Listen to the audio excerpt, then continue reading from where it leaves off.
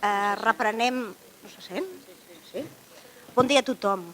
Reprenem la reunió amb la segona taula rodona, de la qual en soc jo moderadora. Jo em dic Vinyet Castillo, soc infermera quirúrgica del Consorci Sanitari del Garraf i estem aquí per presentar-vos la 17a reunió d'infermeria en sinologia i patologia mamària. Volia agrair al doctor Encinas, en nom de les meves companyes del bloc quirúrgic i també en nom meu, per contagiar-nos aquesta passió que ell sent entorn al món de la mama. A la nostra taula rodona tractarem sobre diferents punts de vista davant del càncer de mama. Els ponents us els aniré presentant en ordre d'aparició i tenen un temps d'exposició entre els 12 i els 15 minuts. Les preguntes les formularem al final de totes les exposicions i jo també volia aportar el meu petit gra de sorra entorn al tema que tractarem i dir-vos que la paraula càncer per mi és una paraula pesada, farragosa i que quan la veig escrita amb lletres maiúscules doncs encara em pesa més. Però el càncer no és sinònim de mort, sinó és sinònim de lluita.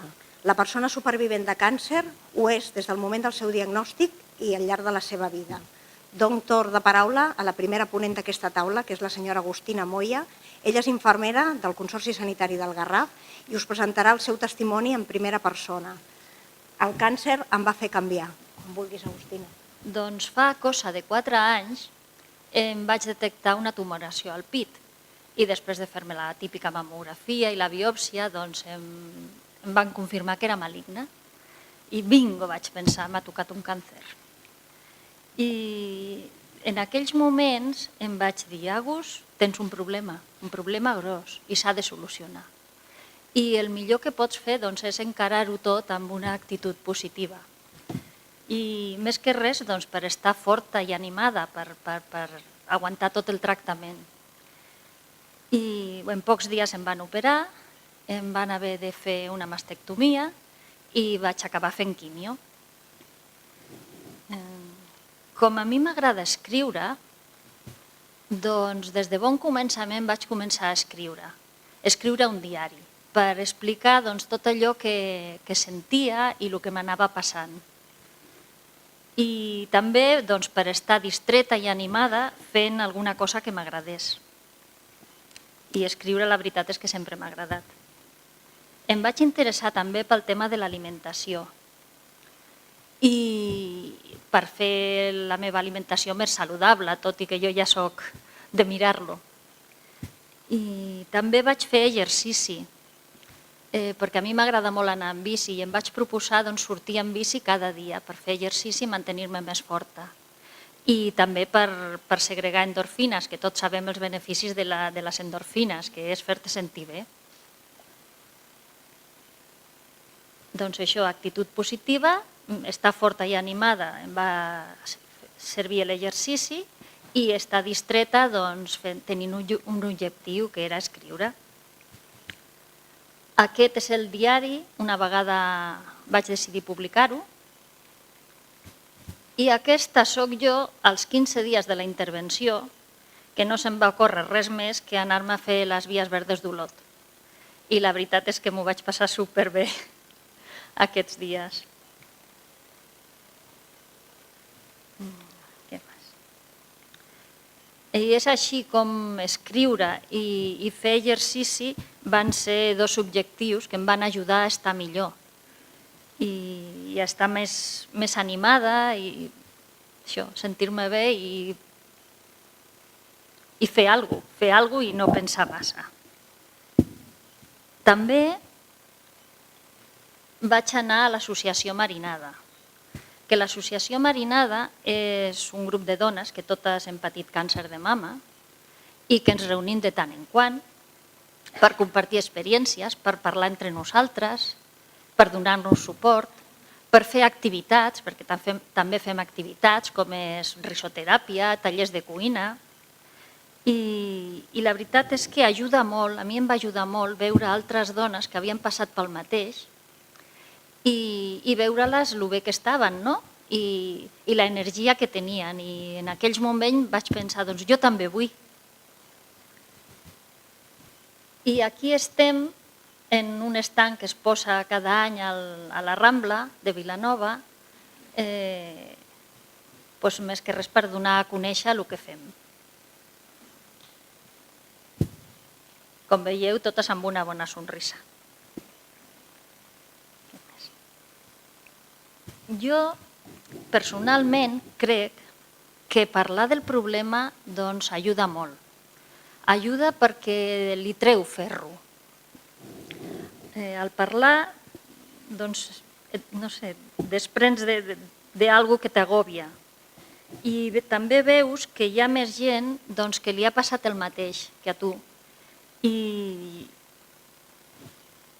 veus que hi ha molta gent que es preocupa per tu, molts amics que t'apoyen, te mimen, et cuiden, i en aquell temps jo em vaig sentir molt cuidada, la veritat.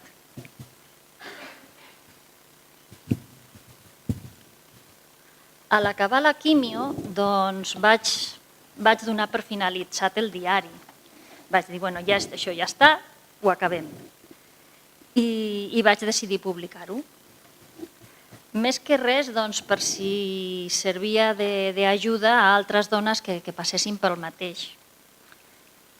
I allà, després de donar-li molts toms, perquè en un diari sempre s'expliquen coses personals, vaig haver de perdre la por i la vergonya i publicar-ho. I la veritat és que no me'n penedeixo, perquè a través del diari la gent m'ha conegut més. Ha conegut més com soc jo per dintre i això m'ha fet guanyar amics sense cap mena de dubte. I ara us explico una cosa que m'ha passat ara fa 15 dies. Una noia que es diu Glòria em va trobar, suposo que per Facebook, i pel Messenger em va posar una nota. Diu, ets tu l'autora de Sinteta i Pedaleando? Diu, és que me l'acabo de llegir, que me l'ha deixat una amiga. Diu, perquè fa 15 dies m'han detectat un càncer de mama. Diu, i la veritat és que llegint i veient lo bé que ho vas portar tu, diu, m'ha donat molts ànims, diu, per encarar-ho de la mateixa manera. I, bueno, doncs això, la veritat és que això no té preu, que algú et digui això. I, com dic, el títol del càncer em va fer canviar. És així com una cosa negativa, com és un càncer, m'ha portat moltes coses positives, com explico al pròleg del llibre que ara us llegiré. Es curtet, Escric en castellà, yo. El cáncer ha hecho que me replantee algunas cosas en mi vida. Me ha enseñado a valorar lo importante y a eliminar todo aquello que me perjudicaba. Ahora vivo la vida con más entusiasmo y disfruto más de todo lo que hago. Me ha dado la oportunidad de conocer mujeres estupendas que también han pasado por el mismo proceso que yo y a las que puedo considerar amigas. Me ha permitido saber que muchísimas personas se han preocupado por mí, me han ofrecido su ayuda y amistad, por lo que me he sentido muy querida y arropada. También ha hecho que me conozca mejor a mí misma y que descubra mi fortaleza y mis recursos en la adversidad. Por último, el cáncer ha sido la causa que ha dado origen a este libro. Por todo eso, el cáncer me ha dado una nueva perspectiva de la vida y de las personas, una perspectiva mejor. Però això no és tot. Continuo la història. La malaltia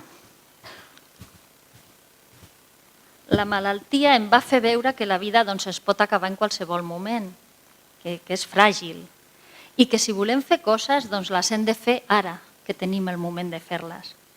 I hi havia una cosa que jo sempre havia volgut fer i mai m'havia atrevit. I era publicar un llibre de poesies. Perquè jo escric poesia des que era joveneta i tenia un munt de folis allà escrits en un calaix, allà esperant. Eren coses meves i allà estaven. Però internament jo sempre havia volgut publicar-les i no m'atrevia. Em feia por i vergonya. I una altra vegada vaig decidir aparcar la por i la vergonya i vaig publicar el meu primer llibre de poesia. I aquest any he publicat el tercer, o sigui que... I és així, doncs, perquè em vaig dir això, o fas ara o no ho fas mai, o potser no tens temps de fer-ho.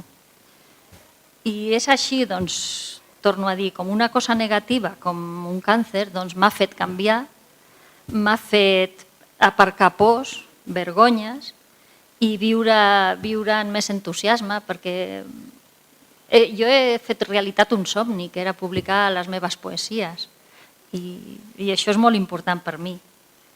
I ara us puc dir que realment soc més feliç. I estic contenta per això, perquè he perdut moltes pors que tenia abans. I bé, potser la raó és perquè me n'ocupo més de mi mateixa ara. No sé. Bé, doncs aquesta és la meva història.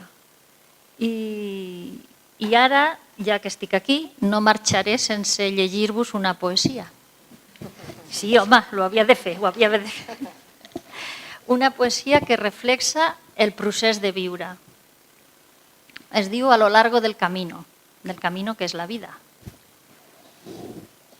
A lo largo del camino aprendes palabras, descubres deseos, te asaltan las dudas y sientes los miedos. A lo largo del camino conoces amores, eliges senderos, tropiezas 1000 veces y empiezas de nuevo. A lo largo del camino curamos heridas, buscamos silencios, vivimos la vida y lloramos por dentro. A lo largo del camino te vas descubriendo. Doncs bé, gràcies per la vostra atenció.